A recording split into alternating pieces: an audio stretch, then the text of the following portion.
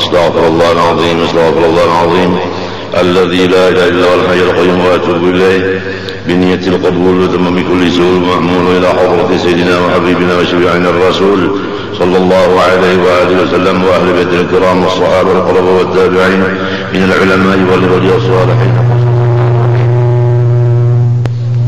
سيد الشيخ محمد بن عبد الكريم السمن المدني، وإلى أرواح جميع مشايخنا ومعلمينا ووالدينا وأمهاتنا وقرابتنا وذوي الحقوق علينا أجمعين وصول وفراعين من أرواح جميع إخواننا المسلمين والمسلمات والمؤمنين والمؤمنات أن الله تعالى الكريم المنان الرحيم الرحمن يتغشاهم بالرحمة والمغفرة ويعين علينا وعلى ذريتنا أجمعين من بركاتهم وأنوارهم وأسرارهم وعلومهم ونفعاتهم وخصوصيتهم وكراماتهم في الدين والدنيا والآخرة، وعلى نية أن الله يعز الإسلام والمسلمين ويؤلف بين قلوب المسلمين ويغرق أعداء الإسلام والمسلمين، وأن الله يهلك الكفرة والمبتدعة والمشركين والظالمين وأعداء الدين ويشتت شملهم ويفرق جمعهم ويخل حدهم ويقل عددهم ويمزقهم كل ممزق ويمزقهم كل ممزق ويمزقهم كل ممزق ويأخذهم أخذ عزيز مقتدر. على هذه النية يا الله يا قدير، وعلى كل ما نوى بسلف صالح، وإلى حضرة النبي الفاتحة. رب العالمين إياك نعبد ونستعين صلى الله عليه وسلم.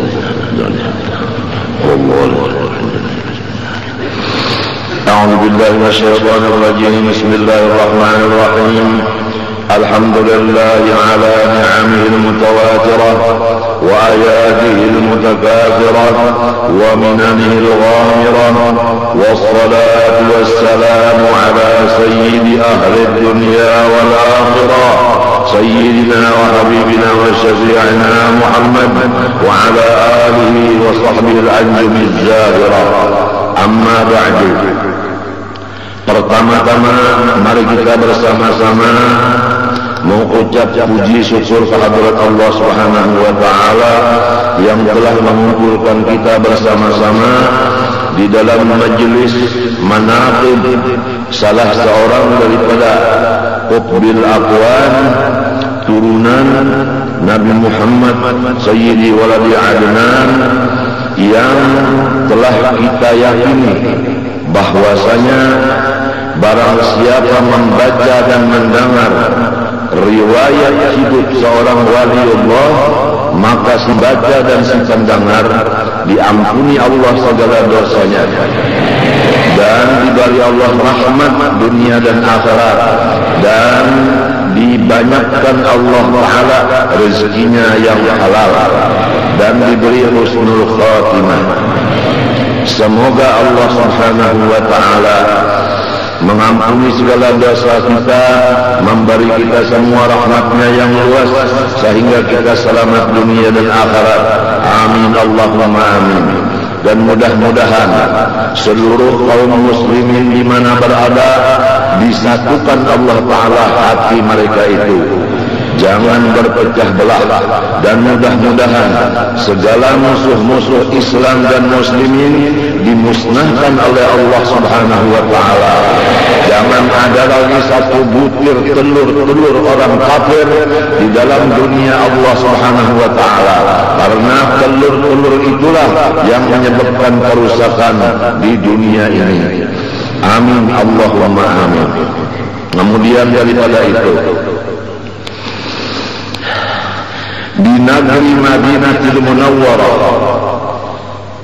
pada tahun 1132 Hijriah lahir seorang cucu Rasulullah SAW yang diberi nama Muhammad bin Abdul Karim, masyhur disebut dengan Sayyid As-Samman. Salah satu daripada guru yang memimpin datu kita Talang Ayah. Lewat beliaulah Datuk kita kelampayan menjadi khalifah Rasulullah sallallahu alaihi wasallam. Sayugianya bagi kita bersyukur kepada Allah karena kita punya datuk yang luar biasa lewat pimpinan Syekh Saman.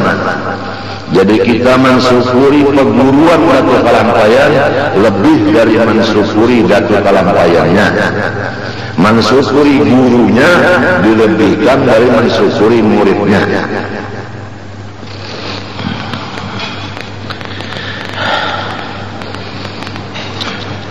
Kemudian beliau diwafatkan oleh Allah di negeri Madinah juga pada tahun 1189 tanggal 2 Hijriyah tanggal 2 Zulhijjah dan dimakamkan di Baqi'il Gharqad berhampiran dengan kekuburan istri Rasulullah sallallahu alaihi wasallam. Beliau mulai dari kecilnya sampai seterus umurnya, hatinya penuh dengan muraqabah dan musyahadah kepada Allah Rabbul Izzah. Itu mulai kecil. Adapun badannya penuh dengan ibadah seperti sholat sunat, bersedekah, istighfar, sholawat kepada Nabiul Mukhtar, membaca Al-Quran, dan ziarah ke makam Rasulullah dan ke Baqi'il Gharqad. Adapun lingkungan beliau sehari semalaman mulai kecil hanya orang wali-waliullah, orang ulama Allah, dan orang-orang penuntut ilmu agama. Tidak yang lain dari mereka dan tiga golongan itu. Beliau sambil menuntut ilmu kepada ulama-ulama di zaman itu. Beliau menjadi khaddam bagi wali-wali dan penuntut ilmu di waktu itu. Malam hari, setiap malam beliau tidur sedikit. Bangun dari tidur langsung mengambil air wudu, menghadap kiblat, mengerjakan sholat tahajud dan wirid-wirid lainnya seperti istighfar sampai adzan subuh. Beliau mengerjakan sholat subuh berjamaah, kemudian beliau menyambung lagi akan wirid-wiridnya sampai matahari terbit. Sesudah matahari terbit beliau sholat sunat isyraq 2 rakaat, kemudian istirahat. Tepat jam 9 pagi setiap hari beliau melaksanakan sholat akan duha.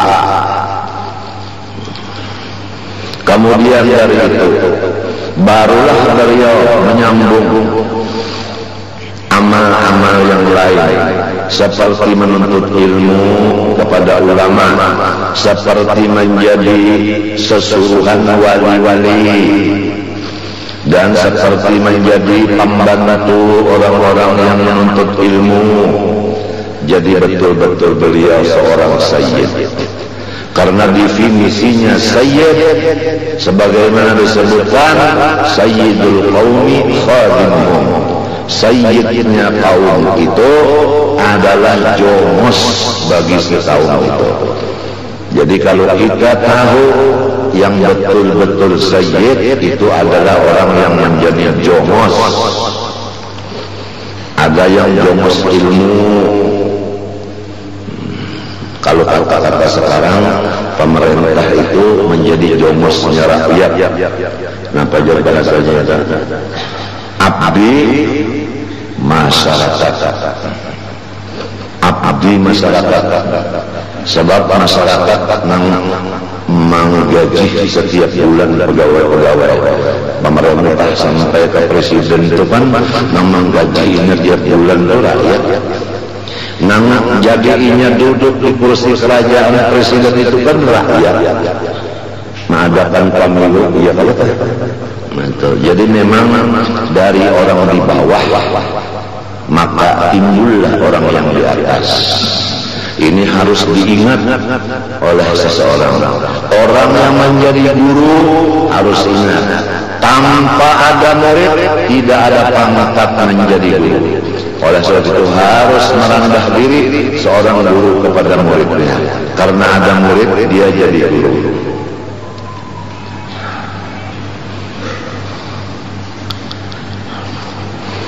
Kemudian beliau menyembunyikan segala ilmunya yang sudah banyak itu, baik ilmu syariat, thariqah, haqiqat, ma'rifat. Demikian segala ibadah, baik ibadah yang berhubungan dengan rahasia yang tidak ada hurufnya, yaitu muraqabah, musyahadah, maupun yang ada kelihatan di luar. Semuanya itu beliau sembunyikan, tidak ada satupun yang mengetahuinya. Maka banyaklah manusia yang memohon kepada beliau supaya beliau keluar menghadap masyarakat untuk memimpin keadaan masyarakat di kota Madinah ini, yang di waktu itu kota Madinah sepi daripada orang menuntut ilmu, sepi daripada orang yang ziarah ke Bapak, sepi daripada orang berjual beli, ekonomi sebagainya. Maka mengharaplah rakyat kepada seseman supaya keluar. Yang diharapkan kalau beliau keluar mengajar dan memimpin ibadah, orang datang. Kalau orang datang, tentunya kota Madinah menjadi mulia karena banyak pengunjung, dan tentunya urusan ekonomi lalu makmur. Tapi beliau diam, tidak mau menjawab satu kata pun. Beberapa lama datang izin khusus dari Rasulullah SAW menyuruh beliau keluar menghadap masyarakat dengan dua pekerjaan. Pertama mengajar, yang kedua memimpin ibadah. Nah barulah beliau sesudah dapat izin Nabi keluar mengajar ilmunya dan mengajar ibadahnya.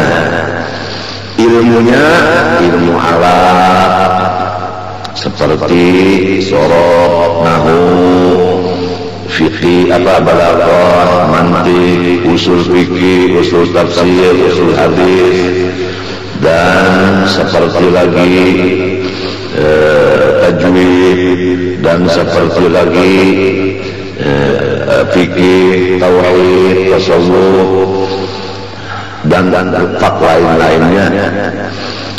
Mengenai amalan, beliau mengijazahkan beberapa amalan, yang diantaranya adalah thariqat khulwatiyah dan thariqat qadiriyah, disatukan menjadi namanya thariqat samaniyah, yaitu la ilaha illallah hitungan paling kurang 166 kali, Allah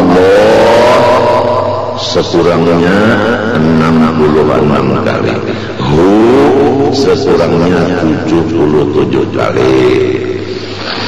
Kemudian mengamalkannya itu, membacanya itu setiap pagi habis subuh dan sore sesudah asar atau maghrib, dan ditutup setiap habis subuh dengan doa yang yang Allah meninggikan pangkat orang yang mengamalkan doa ini, dunia akhirat pangkatnya ditinggikan. Apa? Allahumma ighfir li ummati sayyidina Muhammad, Allahumma arham ummati sayyidina Muhammad, Allahumma astur ummati sayyidina Muhammad, Allahumma jibur ummati sayyidina Muhammad. 4 kali berturut-turut. Beliau berkata, barang siapa mengambil tariqat aku serta diamalkannya, niscaya Allah memberi orang itu ilmu ma'rifat yang khusus. 2, Allah memberikan kekayaan yang banyak serta halal. 3, Allah matikan dia husnul khotimah.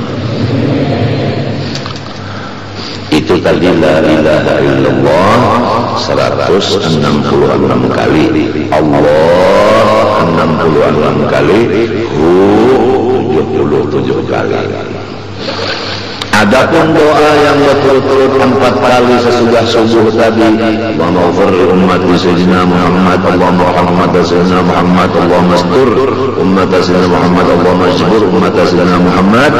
Barang siapa mengamalkan ini rutin setiap habis sholat subuh 4 kali berturut-turut, dia ditulis namanya di buku besar wali-waliullah. Tapi semuanya itu dasarnya ikhlas. Itu sudah dasar. Jadi kita beramal tariqat dan beramal doa tadi jangan menghendaki hasilnya, hanya semata-mata mengerjakan perintah. Itu aja. Itu dijaga, itu ikhlas. Itu adalah ruh bagi segala ibadah. Kalau kada ikhlas, sama lawan manusia mati, tidak ada manfaatnya. Tentang masalah hasilnya, kalau tariqat tadi hasilnya dapat ma'rifat, sugih, mati beriman. Kalau nang doa 4 kali tadi mengaramat matinya, itu sudah nyata, kada perlu lagi kita kehendaki dengan niat. Kalau kamu sebelum mengamalkan tariqat itu dan doa tadi berniat, aku hendak membaca zikir ini dan hendak membaca doa ini supaya aku dapat ma'rifat, aku sugih, aku mati beriman, aku jadi wali Allah. Jangan ada itu. Seperti pegawai tidak ada niatnya, aku hendak dapat gajian tanggal 1. Kada, sebab pasti aja sudah. Apabila tanggal 1, tanggal 5 kalau tanggal 1 mesti datang. Ada perlu ditagih-tagih, kada perlu lagi, kada perlu datang adanya. Lihat aja guru-guruan karena mengamalkan ikhlas dasar. Kada tanam, kada suci. Keperluan misalnya seminggu 50 juta. Tuhan memberi hadiah lewat orang-orang sugih 100 juta. Berapa seldokasnya? 50 juta. Kawin misalnya 4, seldonya masih banyak yang menunggu. Nah, asal ikhlas saja mengamalkan. Nah, setiap tahun sekali dan setiap malam Sabtu malam Minggu ulun diizinkan dan disuruh oleh Hadratul Rasul sallallahu alaihi wasallam menyampaikan ijazah itu. Jadi hari ini siapa yang hadir, ulun sampaikan ijazah itu. Asal menerima dulu ijazahnya, mengamalkannya, apabila bisa jauh ini sibuk lagi. Karena tak anak-anak kanyar. Aku beramal jadinya sudah anak-anak. Lalu la ilaha illallah, la ilaha illallah 166 Allah 60 70 Allahumma farri umat Sayyidina Muhammad wa marhamat Sayyidina Muhammad Allahumma astaghfirullah wa jangan ta'ala. Sudah anak ayu juga, ayu juga. Lamun ada bajunya nyaman memakai, lamun bajunya belum ada kenapa hendak memakai? Jadi siapkan dulu amalannya dan sanadnya, ijazahnya.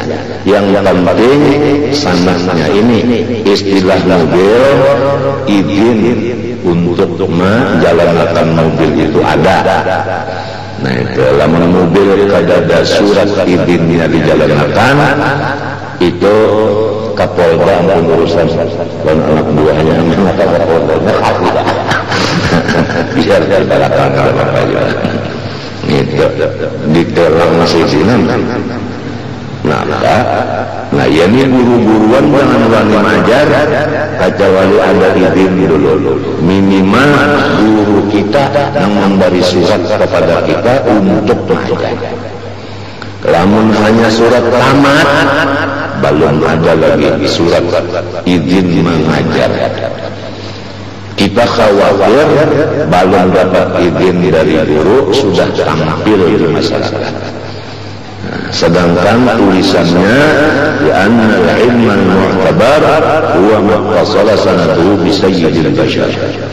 Ilmu yang ada manfaatnya dunia akhirat bagi yang punya dan muridnya, atau bahasa kitanya nang babarkat adalah nang gurunya itu mengambil dari gurunya, gurunya mengambil dari gurunya sampai kepada Rasulullah SAW.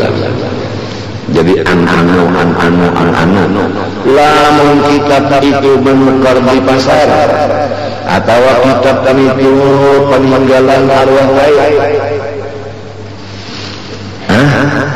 atau kitab pinjam lawan-lawan lalu membuka majelis di rumah, di langgar, di masjid, di mana-mana bacakan kitab itu bisa membaca sudah. Nah ini sangatnya kita ambil contoh menukar kitab di pasar. Jadi ujar si murid biar belajarin kitab ini di mana belajar unda menukar. Jadi guru daripada tukang jual kitab sangatnya. Nang tukang jual kitab ini daripada beli. Jadi jual kitab itu kan cari duit. Nah sanatnya kan duit. Itu tak. Seperti maulid simkud duror. Pian kamu membaca, siapa mengizini membaca? Apalagi bawa orang di rumah. Nang berhak memberi izin membaca itu siapa? Misalnya Habib Anis. Tanpa Habib Anis jangan berani pian membuka majelis maulid itu. Harus izin dari Anis dulu.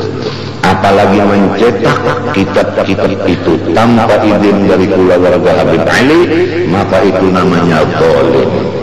Kita banyak melihat sudah orang yang memberanikan diri mencetak amalan-amalan dari wali-wali Allah semata-mata mencari kekayaan dunia.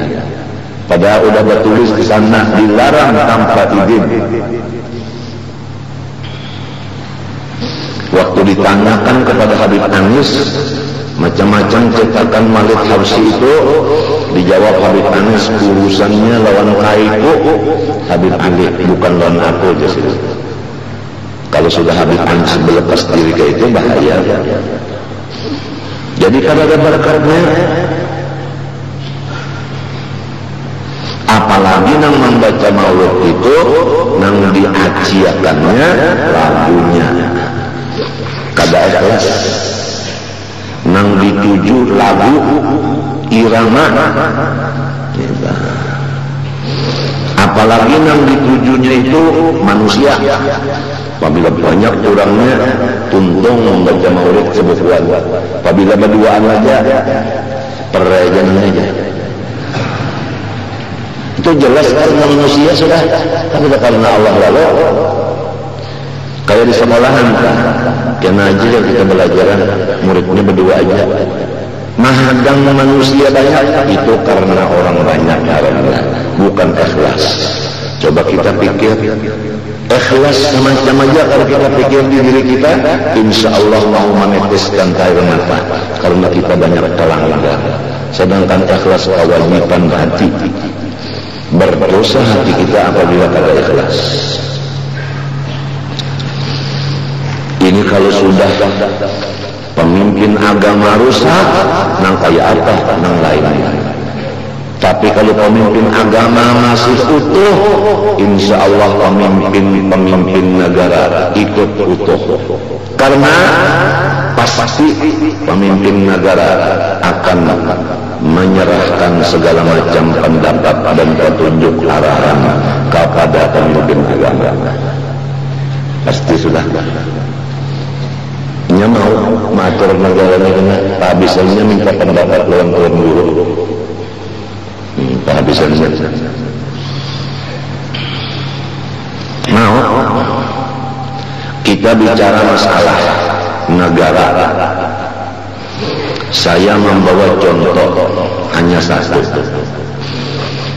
Kalau ulun selaku presiden di rumah tangga, bini ada, anak ada, suruhan ada. Kemudian tugas bini ulun nang ulun putuskan programkan bini ulun seikung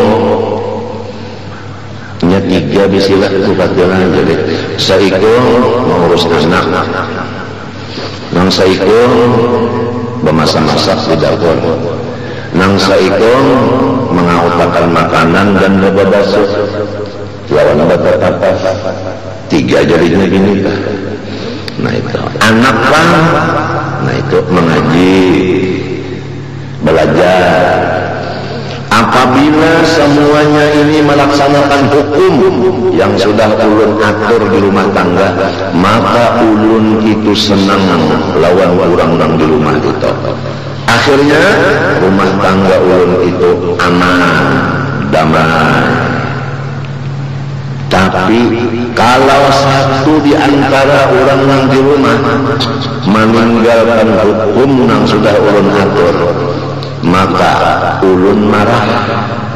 Kemarahan ulun ini menyebabkan rumah tangga ulun itu kacau. Selama ada anak dimarahi, selama itu kekacauan berlanjut. Paham tak?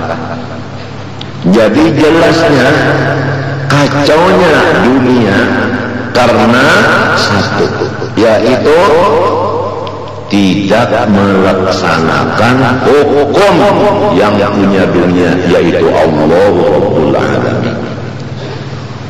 Itu penyebabnya. Jadi sadarlah, kalau ingin menjadikan dunia ini makmur dan aman, kembali kepada hukum Allah. Kalau bukan hukum Allah yang dilaksanakan, tidak bakal aman, kacau terus-terusan. Bukannya hukum yang lain dari hukum Allah itu lemah, tetapi yang sebenarnya hukum yang lain dari hukum Allah salah dan sesat.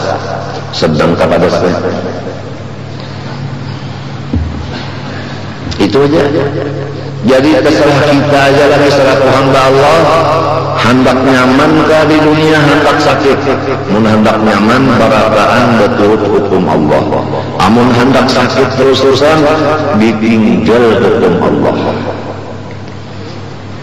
Apabila hukum Allah ditinggalkan, itu hukum yang lain itu yang dimajukan.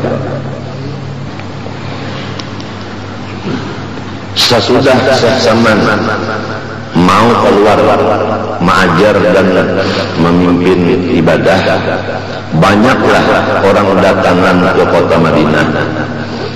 Yang datang itu bukan hanya rakyat biasa, tetapi raja-raja dan pejabat-pejabat tinggi itu yang datangan badapat kawan saya sama.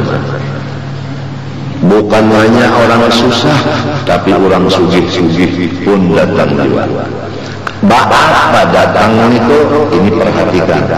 Baik pejabat maupun orang kaya datang kepada Sasaman belajar ilmu jadi murid sidin. Itu datangnya. Jadi bukan datang mengurus pangkat, bukan datang mengurus politik. Jelas jelas. Datang itu menjadi murid beliau di dalam ilmu dan di dalam wirid amalan. Kemudian setiap yang datang itu kadadangan tangan 10 samnyaan babawaan rezeki, maka Sasaman ya kawahi ini telah di sakulilingan awak tuh gugur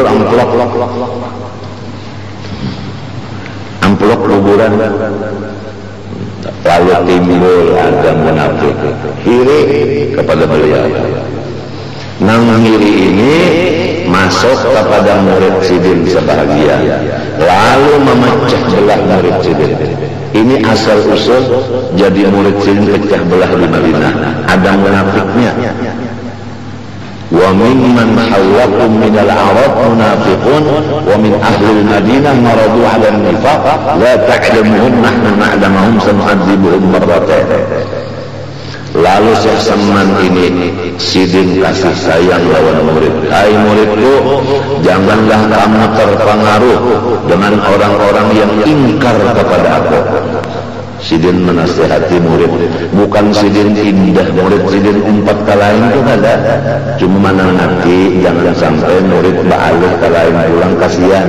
Apa juga meninggalkan sidin umpat lawan munafik, apa juga hampir mengaji lawan sidin, baguru lawan orang munafik, apa juga. Di tangan sidin murid-murid sidin itu. Kemudian orang lain memohon kepada sidin karena keadaan maka ini di Madinah, pian pindah saja sudah. Tinggalkan Madinah karena ada sudah musuh di Madinah, baik pian pindah saja karena negeri ulang. Ujar Syekh Saman, lamun aku tinggalkan Madinah ini niscaya habis orang Madinah ini saksak kada ada lagi membujurnya. Jadi aku pada hendak meninggalkan ini. Jadi mulai lahir sampai wafat kada pernah meninggalkan daerah kelahirannya. Sudah berapa contoh tauladan mengenai agama terhadap cucu Rasulullah yang disebut Qutbul Aqwal.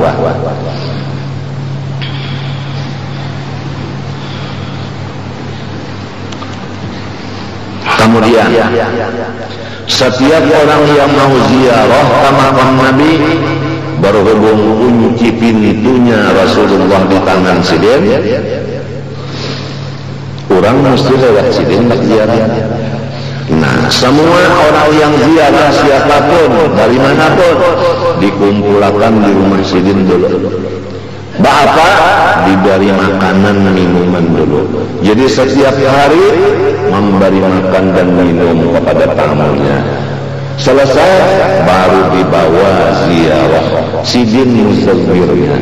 Dan setiap satu dari tamu yang ziarah diperkenalkan kepada Rasulullah SAW. Ya Rasulullah, ini misalnya guru syukur datang di kampung Jawa, belang lawan pian, umur sidin sedang tuanya, dipadahkan maka itu oleh Sasaman dan Nabi. Saban itu ini guru Mu'az, ini guru Usub, ini guru Hudori, dipadahkan maka itu dikenalkan. Maka itu sedang manggahnya kita membawa mabrokal berhubungan pembicaraan masalah ziarah. Mabrokal yuk neknya mana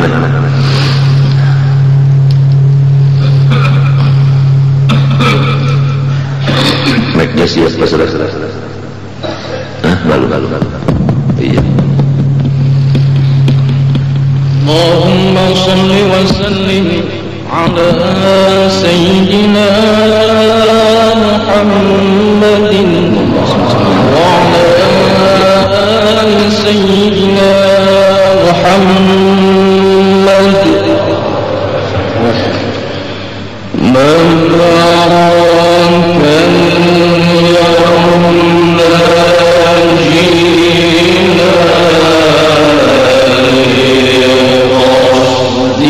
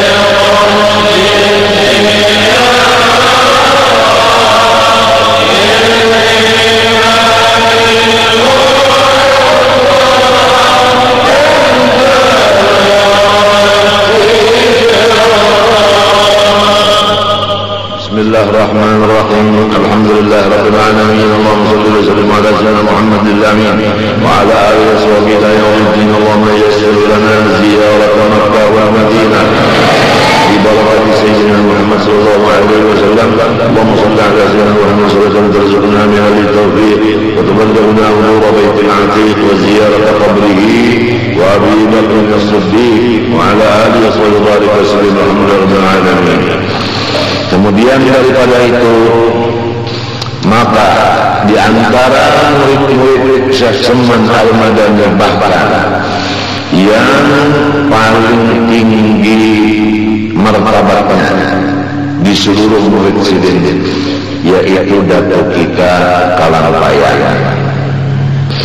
Pada ketika masuk suluk, masing-masing murid itu masuk di kamar kecil karena menurut dengan Rasulullah SAW khalwat dipimpin oleh Syekh Salman Al-Madani.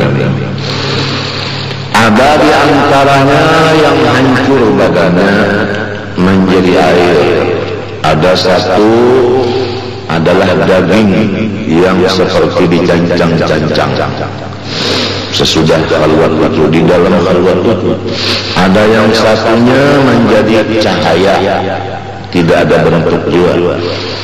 Adapun datu kita tetap sebagaimana biasa dan mata ke atas, tidak ada perubahan apa-apa. Berarti datangnya waris dari Allah Ta'ala dalam khalwat itu yang paling kuat manahannya adalah Datuk Kalangpayan. Maka beliau sebutkan bahwa Syekh Arsad ini yang paling kuat daripada Khalifah Wanda, Datuk Kalangpayan. Ini supaya kita bersyukur kepada Allah Subhanahu wa Ta'ala. Caranya bersyukur sudah diberi petunjuk oleh almarhum turunan Datuk Kalangpayan, yaitu Al-Alimul Fadil Haji Abdul Rahman Siddiq di dalam kitabnya Syajaratul Arsyadiyah. Beliau mengatakan sebelum hamba meneruskan permintaan dari orang banyak mengenai riwayat hidup Maulana Syekh Arsad, hamba mengharapkan kepada semua dzurriyyat Maulana dan yang lain-lainnya supaya bersungguh-sungguh menuntut ilmu agama. Ini pesan dari almarhum Al-Alimul Allamah Tuan Guru Haji Abdul Rahman Siddiq bin Muhammad Hafid atau Datul Landak bin Mahmud bin Abdullah bin Ahmad bin Fardi. Fardi itu singkatan dari Pangeran Diponegoro.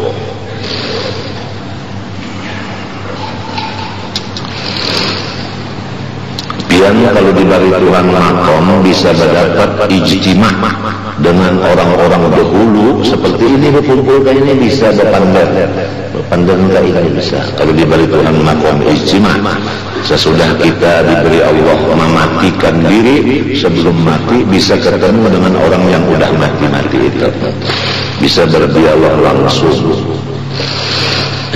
Karena sebenarnya mereka kadang mati, bal ahya'un inda rabbihim yurzaqun.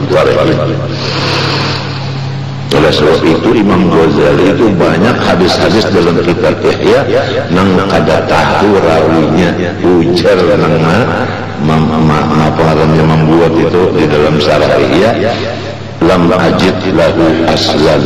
Aku kada tahu apa dari mana hadis ini, sebab Imam Ghazali ijtima' berkumpul berkerbut lawan Nabi langsung mengambil musyafaat. Ujar guru bangil ulun ujar juga. Jadi kada hadis itu nang di buku aja, ada nang langsung ijtima' dengan Nabi Sallallahu Alaihi Wasallam. Memang kalau dalam tulisan itu setiap orang yang diangkat menjadi khalifah Nabi itu mesti orang itu,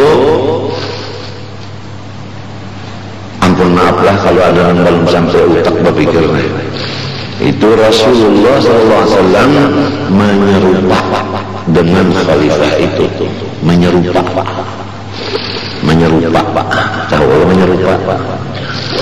Jibril menyerupakan kayak Dihya Al-Kalbi. Jibril lawan Nabi menadu harap Nabi. Kalau sudah Jibril bisa menyerupa kayak Dihya, apa Nabi Muhammad kada kawa menyerupa model guru usul? Misalnya,